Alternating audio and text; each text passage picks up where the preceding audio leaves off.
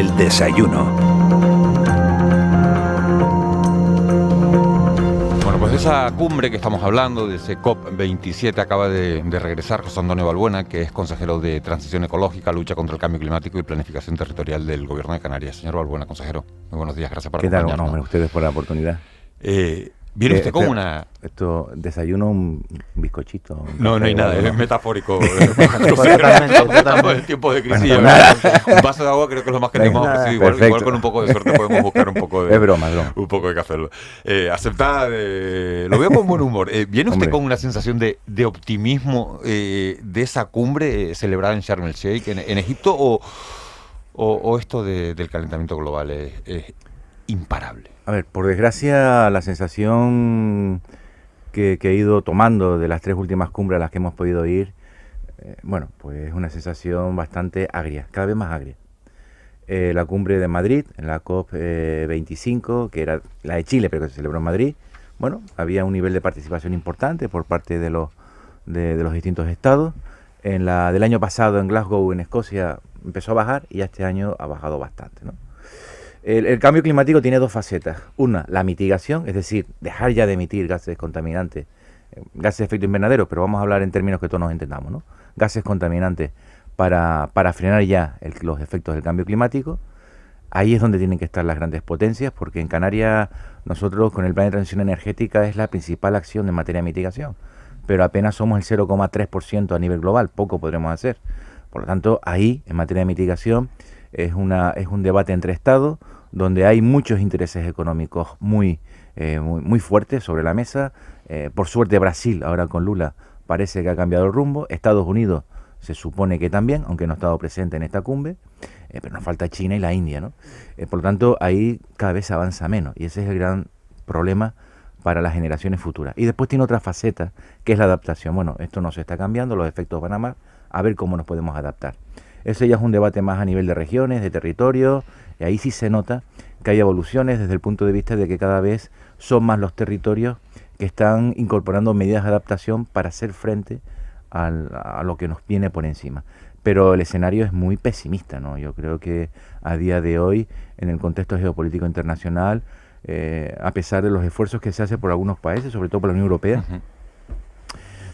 el escenario es muy pesimista para el siglo que viene. Algunos, cuando los que estamos en transiciones ecológicas, cambio climático, hablamos con magnitudes temporales que a la gente le puede sorprender, pero claro, nosotros estamos pensando en el siglo que viene, ¿no? Claro. Aquellos chicos y chicas que ahora están en la escuela primaria y que al final de este siglo y comienzo del siglo que viene van a tener un futuro bastante incierto donde las medidas de adaptación van a ser de tal calibre porque no estamos atendiendo la mitigación. ¿Y no tiene usted la sensación, consejero, de que vivimos en Canarias en una contradicción permanente? Se lo digo porque estamos apostando por ese cambio climático, por esa lucha para conseguir reducir las emisiones de CO2 a la atmósfera, y sin embargo pedimos excepciones, ¿no?, a la tasa europea que se va a implantar para esas compañías aéreas que emiten gases a la atmósfera que son contaminantes. Pedimos para vivir del turismo, ¿no? Es ser exceptuados de esa normativa que grava la emisión de gases contaminantes, ¿no? Al final, el objetivo es que una economía sea neutra en términos de emisión de gases de efecto invernadero, sea cero CO2, ¿no? Y por lo tanto hay que poner en un balance lo que la economía genera, porque no solo el turismo que viene, es también los productos que importamos, que vienen por avión, que vienen por barco, que también tienen lo que se llama una huella de carbono y lo que esa economía es capaz de absorber. Porque al final los gases de efecto invernadero tiene una contabilización global. No significa que los de Canarias se queden en Canarias, sino esto aportan, insisto, el 0,3% del problema a nivel mundial. Por lo tanto, lo que hay que alcanzar es que Canarias, evidentemente, tiene una serie de características, como todos los territorios insulares, que hace que su huella de carbono sea superior, por ejemplo, a la de Berlín, que es un territorio en medio del continente europeo, y eso nos exige mayores medidas en materia de absorción. Es decir, que al final, cuando pongamos sobre la cuenta todos los gases de efecto, la huella de carbono emitida por todo aquello que importamos, incluido el turismo, con todo aquello que somos capaces de absorber, pues evidentemente el balance sea negativo. Ese es el objetivo que nos hemos marcado. Por lo tanto, y sobre todo también rompo una lanza a favor del turismo en Canarias, ¿no? El turismo en Canarias es un sector, es una actividad que tenemos la suerte de que está altamente concienciado y mentalizado con la necesidad de acelerar la transición energética en nuestro territorio, ¿no? Hay proyectos que nos están planteando de poner sus propias plantas solares para alimentarse exclusivamente con energías limpias y no piden ningún tipo de ayuda. Por lo tanto, yo creo que es una suerte que en Canarias tengamos un sector turístico que es la principal actividad económica de nuestro país, que nos permita de alguna forma a las distintas administraciones poder pisar en el acelerador en materia de transición ecológica. Estamos hablando con el consejero de Transición Ecológica, con José Antonio Balbuena. Enseguida le doy la palabra a Juanma Betancur y Ángeles Arencibia, porque hay muchos temas sobre los que hablar. Sí le pregunto, consejero, faltan 6 meses para que acabe el mandato del actual gobierno. Las elecciones son en mayo del próximo año. Y me gustaría preguntarle si este mandato, esta legislatura ha marcado un antes y un después en la manera de Canarias de afrontar esta transición energética. ¿De qué se siente más orgulloso y de qué se va a quedar con ganas? Yo creo que me siento orgulloso de que ya empieza una parte de la sociedad canaria que empieza a ver que los valores ambientales a este gobierno le importan. Y eso, si lo medimos en acción-reacción, pues estamos viendo cómo hay otra parte de la sociedad canaria que le empieza a preocupar la sensibilidad ambiental de este gobierno. Por lo tanto, yo creo que eso es importante. Por ahí claramente hay un antes y un después. Y después hay un antes y un después, y espero que se produzca en el primer pleno del mes de diciembre, cuando ya se apruebe definitivamente la Ley Canaria de Cambio Climático, la ley más ambiciosa del conjunto del Estado, y que va a implementar muchas obligaciones a toda Canarias para poder, de alguna forma, transitar. También me siento orgulloso porque hemos podido, a nivel de autoconsumo, cuando empecé el mandato, empecé diciendo que había que apostar más por el autoconsumo energético de los hogares. Algunos promotores de energías renovables, les escandalizó esa declaración porque pensaba que íbamos a parar los grandes parques y ha sido todo lo contrario. Hemos pasado de las casi poco más de 500 instalaciones de autoconsumo a más de 9.000 que tenemos en la actualidad. Sí, pero déjeme que le diga una cosa. Yo tengo 52 años. Usted yo creo que es más joven, ¿no? Un poquito menos. Un poquito más. ¿Veremos veré yo una mayoría de coches eléctricos en una ciudad? ¿Veré una mayoría de viviendas alimentadas con placas fotovoltaicas en lugar de tener electricidad que imagino que tú quieres vivir... Quiero vivir un tiempo, sí, vale, claro. Vamos a ver primero cuál es tu umbral. Expectativa de vida, bueno, vamos a poner los 83 años, que es la media, pues la tasa de esperanza de... Pues lo verá. Lo veré, sí. Vale. Consejero... Ay, coño, la pantalla. Me asusté, perdón. No. Estoy aquí en Gran Canaria. Sí. Usted ha dicho que ha hablado de pesimismo, ¿no? Después de venir de la cumbre de Egipto, de pesimismo porque, no se ven muchas ganas de hacer grandes cambios, ¿no? En quien los tiene que hacer. En Canarias está trabajando suficientemente la adaptación. ¿Es la prioridad la adaptación a los cambios que nos vienen en Canarias? Sí, porque primeramente estamos, esto como cuando estás enfermo, primeramente tienes que tener un diagnóstico certero para poder articular las medidas que sean las oportunas, y en esa línea yo creo que el trabajo que se ha hecho en esta legislatura desde el punto de vista diagnóstico es importante, ¿no? Junto con la ley ya tenemos redactada lo que es la estrategia de acción climática, el plan de acción climática, y sabemos exactamente dónde tenemos que actuar para que las medidas de adaptación sean realmente efectivas. Pongo un caso, uno de los proyectos que expusimos en la COP, que es adaptación plenamente, es el análisis pormenorizado que hemos hecho de los efectos del incremento del nivel medio del mar en Canarias. Hemos dividido Canarias para que nos hagamos, la costa canaria, para que nos hagamos una idea, en una retícula cuyo cuadrícula es de 2 por 2 metros. Y hemos analizado cada cuadrícula de 2 por 2 metros. Eso nos ha permitido, por ejemplo, saber que de aquí a final de siglo aeropuertos como Lanzarote y Fuerteventura hay que cambiarlos de sitio. Nos ha permitido saber que casi el 50% de las playas canarias van a desaparecer. Nos permite saber que existe una alta probabilidad de que la primera playa que se desaparezca tal como la concebimos en la actualidad, sea antes del 2050, sea la playa de Alcalá en el municipio de Guía de Isora. Nos ha permitido saber y definir qué núcleos costeros tenemos que reubicar y que afecta a un 10% de la población canaria, ¿no? Es decir, se ha avanzado bastante porque, insisto, en materia de acción climática no tenemos que ver las medidas a tomar a un plazo de una legislatura, sino que verlas a tomar en varias décadas. Y por lo tanto estamos hablando de medidas que tenemos que tomar antes de que llegue el final de este siglo Pero primeramente tenemos que saber si tenemos que reubicar espacios costeros y desplazarlos hacia el interior. Eso va a afectar a las zonas turísticas de Canarias de forma importante. Habrá que saber cuáles son las que tenemos que desplazar. Y eso es lo que hemos podido ahora determinar. Consejero, ya que ha hablado usted de zonas turísticas, hay una controversia muy viva en la isla de Tenerife, ¿no? Que usted conoce perfectamente y además sobre la cual ha intervenido, ¿no? Al paralizar las obras en el proyecto Cuna del Alma en el municipio de Adeje.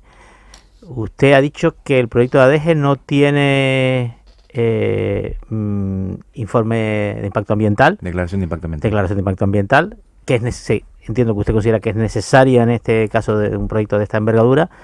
Y el Ayuntamiento de Adeje ha dicho que las obras tienen licencia, que la licencia está bien concedida y que esa clase de informe de impacto ambiental no es necesario en este caso. Una controversia entre administración. La Agencia Canaria de Protección está analizando ese segundo expediente. El primer expediente que ya se ha iniciado es el de la de Quimtriste, la Viborina. Ahora estamos en esa parte que se concluirá en breve para ver si se procede o no el inicio del expediente. Los servicios jurídicos lo tienen bastante claro, ¿no? El grupo 9, tanto de la Ley de Impacto Ambiental Estatal como cuando lo tenían los anexos de la Ley del Suelo Canario, establece unos apartados que precisan de evaluación de impacto ambiental simplificada, no ordinaria, sino simplificada, urbanizaciones de vacaciones fuera de suelo urbanizado. Desde nuestra óptica, esto es una urbanización de vacación que está fuera de un suelo urbanizado porque precisamente se está urbanizando en este momento. Por lo tanto, entendemos que era preciso, perceptivo para la obtención de la licencia el obtener una declaración de impacto ambiental, que no es un documento cualquiera. Para hacer una declaración de impacto ambiental, que la administración declara el impacto ambiental, dice, oye, este proyecto va a tener un impacto ambiental que yo, administración, declaro. Tiene que haber previamente lo que se llama un estudio del impacto ambiental. Es decir, el promotor estudia cuál va a ser el impacto ambiental y una de las cosas que se hace en ese estudio es que se hace un inventario de todas las especies que se pueda ver afectadas. Si eso se hubiese hecho, hubiese aparecido la viborina. Porque con la declaración, una vez que se hace el estudio y la administración declara que hay un impacto, establece las medidas correctoras. Eso sucede todos los días en el Gobierno de Canarias, ¿no? Estamos continuamente haciendo estudios, analizando estudios de impacto ambiental, por ejemplo, de parques eólicos o de infraestructuras viarias. Se analiza y antes de hacer la declaración se establece una serie de medidas correctoras. Oye, pues si aparece esto, hay que hacer esto, lo otro, se protocoliza. Aquí, al no existir, pues evidentemente hemos tenido que que operar la Ley de Responsabilidad Medioambiental, que nos obliga a tener que adoptar medidas cautelares cuando estimemos que se pueden producir daños de difícil o imposible reparación. Y hablamos de una especie de protección especial que no es la planta en sí, sino el hábitat en el que se desarrolla. Es decir, es una planta, no es una palmera, que también es una planta, pero que está ahí, sino que, oye, es una vegetación que se dispersa, crece aquí, crece allá, todos los años, y lo que se genera es un hábitat donde se podían producir daños de difícil o imposible reparación. Teniendo en cuenta que la licencia, ya veremos si bien o mal concedida, está concedida. Está concedida, eso no se discute. Y que hay un derecho urbanístico, digamos, al que va a apelar el promotor. ¿No cree que esto va a acabar con una reclamación patrimonial y quizás con el pago de una indemnización, bien por parte del gobierno, bien por parte del ayuntamiento si no hizo la tarea? Hombre, el promotor ha ido a pedir su licencia y se le ha dado, ¿no? Ahora estamos analizando la licencia, analizan lo que son los aspectos urbanísticos netamente, los parámetros urbanísticos de ocupación, anchos, etcétera, pero es que existe otra serie de documentos que también son preceptivos para poder conceder la licencia, que no son tanto el análisis urbanístico del proyecto, sino son aspectos que las legislaciones sectoriales te obligan a tener en cuenta. Si eso fuese así y el promotor ha hecho bien su tarea y ha sido alguna de las administraciones, pongo el plural, no digo porque aquí algunos intentan decir esto es culpa de uno en otro, no. Algunas de las administraciones no hemos hecho bien nuestro trabajo, pues evidentemente al promotor existe el derecho a su... Pero puede ser decenas o incluso centenares de millones de euros. Habrá que primeramente ver cómo termina el expediente. Una vez que termine el expediente, pues esos serán pasos previos, ¿no? Pero evidentemente por encima de todo eso, insisto, tenemos la alta obligación de cumplir 3 normas básicas del Estado: la Ley de Biodiversidad y Patrimonio Natural, la Ley de Responsabilidad Medioambiental y la Ley de Impacto Ambiental. Porque hablamos de responsabilidad patrimonial de la empresa, pero ¿y qué pasa de la responsabilidad personal del responsable político que va en contra de informes técnicos que te dicen que existe un daño de difícil o imposible reparación? Esa es una responsabilidad mía, personal, y evidentemente yo tengo la alta obligación como consejero del Gobierno de Canarias de cumplir con la ley en la esfera que me corresponde, que es la administrativa. Consejero, les vuelvo a la cumbre de Egipto. Vamos. España y Senegal impulsan un acuerdo, un pacto contra la sequía. ¿Tiene aquí un papel Canarias? Por completo, ¿no? Es decir, Canarias está en el último informe del IPCC, a Canarias se la encuadra dentro de la región sahariana, ¿no? Desde el punto de vista climatológico. Eso significa que las tendencias que tenemos también analizadas para Canarias es que se va a acentuar la desertificación de Canarias con un patrón que va de este a oeste, ¿no? Prácticamente a final de siglo vamos a tener la imagen típica de Canarias, serán las imágenes que tiene ahora islas como Lanzarote y Fuerteventura, a excepción de La Palma, que existe altas probabilidades de que siga manteniendo una vegetación importante, pero en el resto de islas, en las 7 islas restantes, menos la isla de La Palma, la imagen típica de Canarias va a ser la imagen de Lanzarote y Fuerteventura, fruto, entre otras cosas, de la disminución drástica del régimen pluviométrico que se va a producir. Si bien es cierto que en términos de volumen de agua que cae cada año, más o menos se siguen manteniendo las cantidades, tenemos un problema. Y es que esa lluvia ya no cae de manera distribuida a lo largo de todo el año, sino que cae de forma concentrada en pocos espacios de tiempo, ¿no?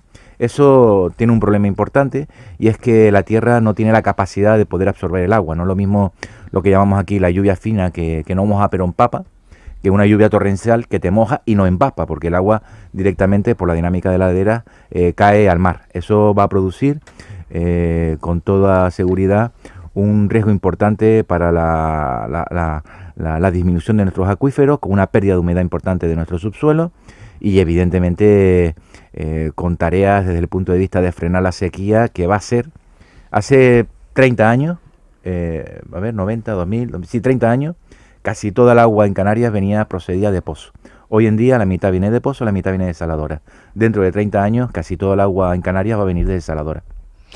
José, dime, Ángeles. No, sí. Tú, Miguel Ángel. No, digo, iba a despedir la entrevista porque sí, nos han dicho que teníamos 20 minutos de entrevista, sí, llevamos 21 y sé que tiene una agenda... Una cosa rápida, usted ha hablado de 150 espacios litorales. ¿Esos se van a perder por las medidas? El 50% de las playas canarias están en un elevado riesgo de desaparecer. Ese es el diagnóstico actual. Ahora habrá que poner las medidas para ¿Tomando medidas se salvarán? Hay que ver para cada punto qué medidas se pueden tomar, porque no en todas se podrán tomar medidas. José Antonio Balbuena, consejero de lucha contra el cambio climático, de transición ecológica y de planificación territorial. Gracias por haber venido a la radio. Yo sé que tenía una agenda apretada. Muchas gracias. Hoy era un día especialmente complicado también porque tiene que... A mí me dijeron, ¿vas al desayuno? Pues perfecto, pues no desayuno en mi casa, vengo aquí. Pues mira, la próxima vez esto lo vamos a arreglar. La próxima vez, de verdad que... Vamos a anacoretas aquí de periodismo. De verdad que lo arreglamos, consejero. Gracias. Muchas gracias por el tiempo. Y mucha suerte. A ustedes, un saludo cordial. 8:27. De la noche al día, Canarias.